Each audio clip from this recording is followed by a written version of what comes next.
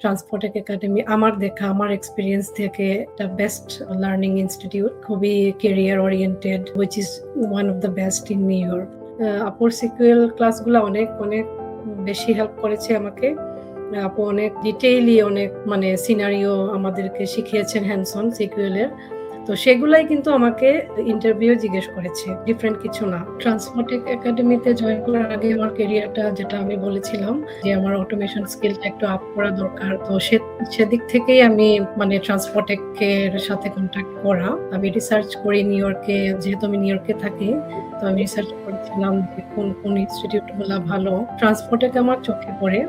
Actually আমি অনেক আগে থেকেই ট্রান্সপোর্টেক সম্পর্কে জানতাম। তো আমি একটা কল দিলাম, দিয়ে লাবিব ভাইয়ের সাথে কথা বললাম। লাবিব ভাইয়া অনেক আন্তরিক ছিলেন, অনেক ভালোভাবে ওনাদের যে 6 স্টেপ প্রসেসটা আমার কাছে এক্সপ্লেন করেছিলেন। আমার কাছে অনেক ভালো লেগেছিল তখন।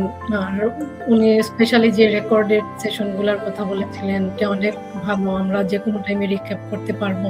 ক্লাস শেষ হওয়ার পরে যে আপনাদের রিয়েল ওয়ার্ল্ড বেসড প্রজেক্ট করানো হবে, সেটা আমার কাছে অনেস্টলি অনেক ভালো লেগেছে। এটা অনেক একটা অনেক ইম্পর্টেন্ট ম্যাটার আপনার ক্যারিয়ার স্কিল বিল্ড আপের জন্য। তো লাবিব ভাইয়ের সাথে কথা বলার সাথে সাথে কিন্তু আমি ডিসিশনটা নিয়ে নিই যে আমি I was in the right place. স্টুডেন্টদেরকে এখন শুধুমাত্র কিউএ ট্র্যাডিশনালি যেটা শেখানো হতো সেটা শেখাবো না, আমরা এআই কে ইনকর্পোরেট করে প্রতিটা টুলের সাথে যাতে করে ইন্টিগ্রেট করে বা অনেক ক্ষেত্রে এজেন্ট ইউজ করে কিভাবে কিউএটা করা যায় আমরা সেটাই শিখাচ্ছি। আর সত্যি কথা বলতে কিউএ মার্কেট যে রিভাইভ করছে বা আস্তে আস্তে স্টেবিলাইজেশনের দিকে যাচ্ছে, নাদিমাই তার প্রমাণ। So she got the job, it is possible to secure the job এবং that was a pretty good job. I'm very hopeful যে এই বছরই আমরা আরো ভালো কিছু নিউজ পাবো কিউএর ব্যাপারে, এবং আমি সবাইকে এনকারেজ করব যাদের এক্সপার্টিস বা কিছু হলেও নলেজ আছে কিউএর ব্যাপারে, প্লিজ আপনারা হোপফুল হন যে QA is coming back, it started to come back, এবং ফিউচারে বা এই বছরই আরো বেটার হবে জিনিসটা। রেজুমেতে হচ্ছে কি যে আমরা যেমন 2022-23 সালের দিকে যদি কথা বলি, তো তখনের থেকে এখন 2026 বা 25 শেষের দিকে যে রেজুমেটা, এটার মধ্যে একটা হিউজ একটা গ্যাপ চলে আসছে। কারণ এখনকার যে রিক্রুটাররা বা ইন্টারভিউয়াররা বা কোম্পানিজ গুলো যে জিনিসটা দেখতে চায় সেটা হচ্ছে আপনি কতটুকু ফিট।